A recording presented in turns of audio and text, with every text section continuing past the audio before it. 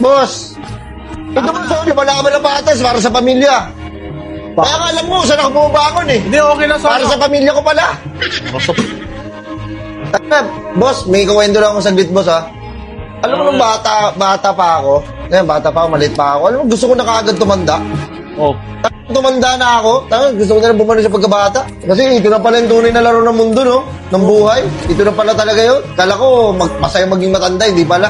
No? Hirap na hirap ako, sa totoosin lang. Ah, mas lalo Alam mo, ako, sa totoosin lang, ha?